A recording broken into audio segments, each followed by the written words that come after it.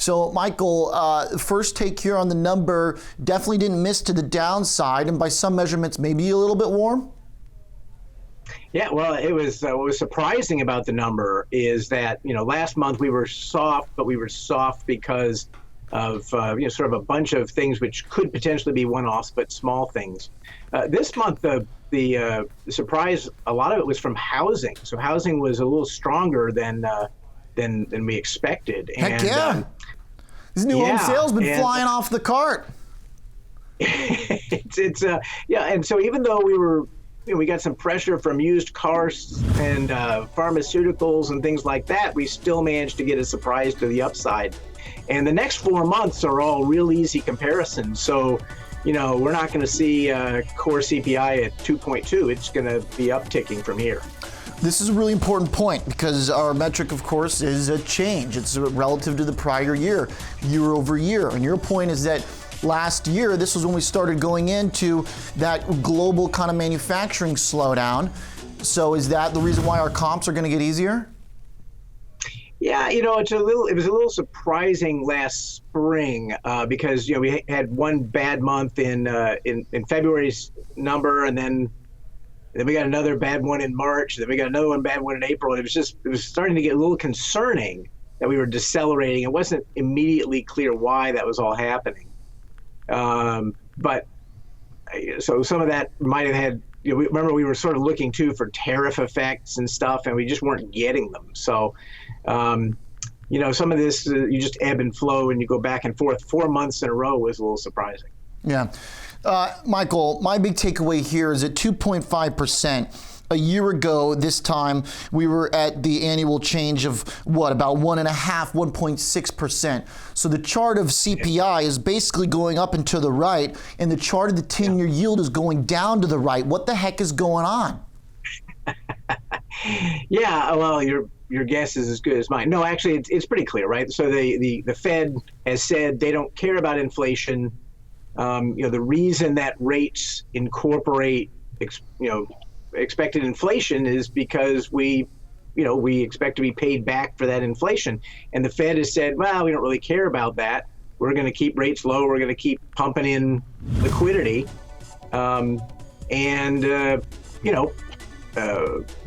For the first time, actually, it's interesting. Money growth is above 7% per year here in the U.S. At the same time that Eurozone money growth is above 6%. That hasn't happened at the same time since the financial crisis, and before that it was the prior financial crisis. So we're already kind of providing liquidity as if it's a financial crisis, and that's why rates are going down, and that's probably why inflation isn't going to go down anytime soon. Now, this is really important because your point is that we actually see, the support showing up, obviously, from the central bank. And I mean, clearly, this is why our yields still remain so low. And now this year, we're expecting a cut again. So, Michael, I mean, at a certain point, this has got to come home to roost. I know that it's been a worry for a while, and people who have been worried about this have basically been wrong. But it seems like these 3 cuts we did last year were particularly egregious now in retrospect. Not that we shouldn't have done them, okay? I know that that's not what I'm saying. We don't know sort of what the counterfactual will be, but the relationship now between yields and inflation looks particularly off. Yeah, look, I mean, when Powell first came into office, I was sort of, optimistic that, no, he's not an economist, so maybe he'll, think outside the box. And he is. He needs to get a little bit more into the box. He said what he was saying about how, well, we don't really care about inflation until it goes up and it's persistent. And now he has said that, there's really no lower bound to the unemployment rate. And it's kind of crazy, and he wants more fiscal stimulus, which we're running $1 trillion deficits as far as the eye can see. It's really hard to see. I mean, he's certainly cut from different cloth, that's for sure. Yeah, we're looking at the chart of CPI right now, which back in 2015, when we had that big slowdown, was obviously getting slammed. So we've recovered pretty healthily since then. Michael, what in your mind, because I know you go through all the nitty-gritty details here, what is the most potential to provide sort of tailwind to inflation higher? You mentioned housing this time around. That's been a strong part of this economy. What else are we missing? I mean, look, I think the big story right now isn't in this month's number. I think that the coronavirus, we were already kind of wrestling with the trade frictions, and we were feeling better that those were, ebbing somewhat.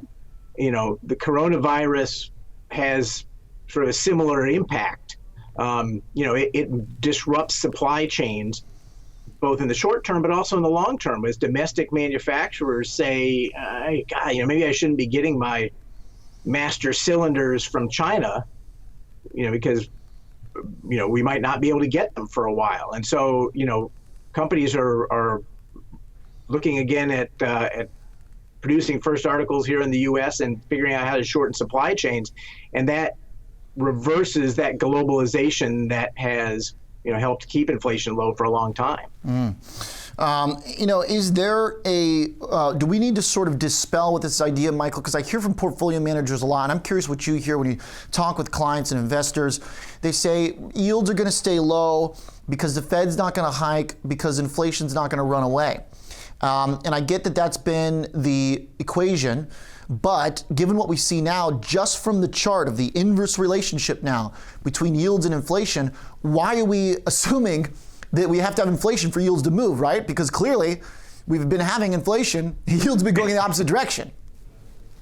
Well, yeah, and again, so to your point, I think why, if inflation keeps going up, we're happy that bonds aren't going to go down, but why do I want to own a bond that gives me a fixed rate much below inflation? I don't understand why I would want to lock in negative real returns. And that's what you're doing. So at some point, you would think a bondholder's got to go, maybe this isn't a great deal for me anymore. And maybe, so eventually you would think yields have got to go and reflect the underlying inflation dynamic. But right now, bond investors don't really believe that inflation dynamic. And so that's what we have to look for is when there's a sea change in how people really think about inflation.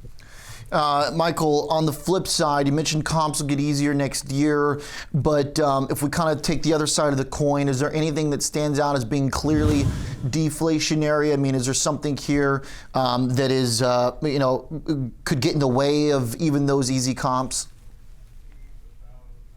It's sort of hard to see that. Housing was the thing which, it just had to sort of decelerate a little bit. And it had been going so hot for so long, my thought was, well, that's going to ebb at some point, but you already have, used cars have kind of already rolled over and done their thing.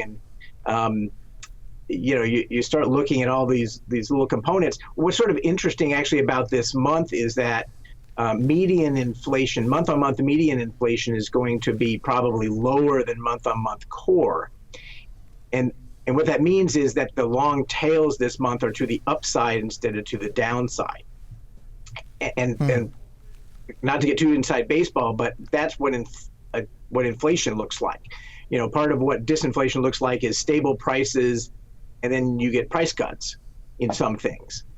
Inflation looks like stable prices, and then you get price increases in some stuff. So we're not seeing as many of the price cuts in things. And so right now, it's hard to figure out where you would get a disinflationary or deflationary dynamic. The things that we would worry about are already kind of soft.